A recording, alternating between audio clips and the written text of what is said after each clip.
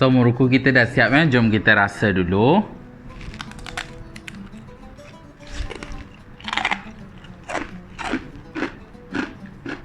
Memang rangup ya. Bahan-bahan pun sangat mudah dan sangat cepat boleh disiap. Misalnya kamu ada problem macam mana nak dapat acuan ni, actually saya pun beli dekat Shopee saya rasa 4 hari lepas lah. Secapai 20 块lah.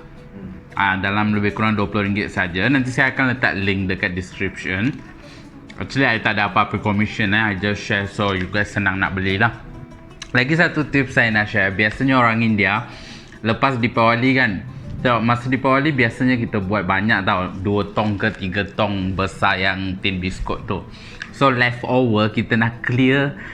Kita biasanya tea time, kita buat teh tarik, lepas tu kita masukkan murukku ni dalam teh tarik, lepas tu kita makan. Contohnya macam ni kan, murukku kan kita letak dalam teh tarik tu, lepas tu kita celup dia sekejap, lepas tu kita akan makan macam tu je.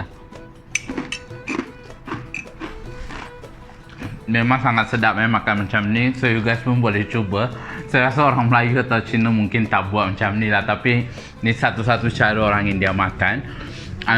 这看这的华人朋友，你们也是可以在家吃啦，因为我觉得在马来西亚应该是三大民族都蛮喜欢吃的其中一个印度人的饼。So tak kira lah orang Melayu ke Cina, India memang suka makan murukku ya. Walaupun murukku ni satu makanan yang khas, yang sangat popular dan juga mesti dan wajib ada di setiap rumah orang India untuk dipawali. So saya rasa orang Melayu pun suka makan murukku. So boleh buatlah sebagai kuih raya untuk Ramadan ni.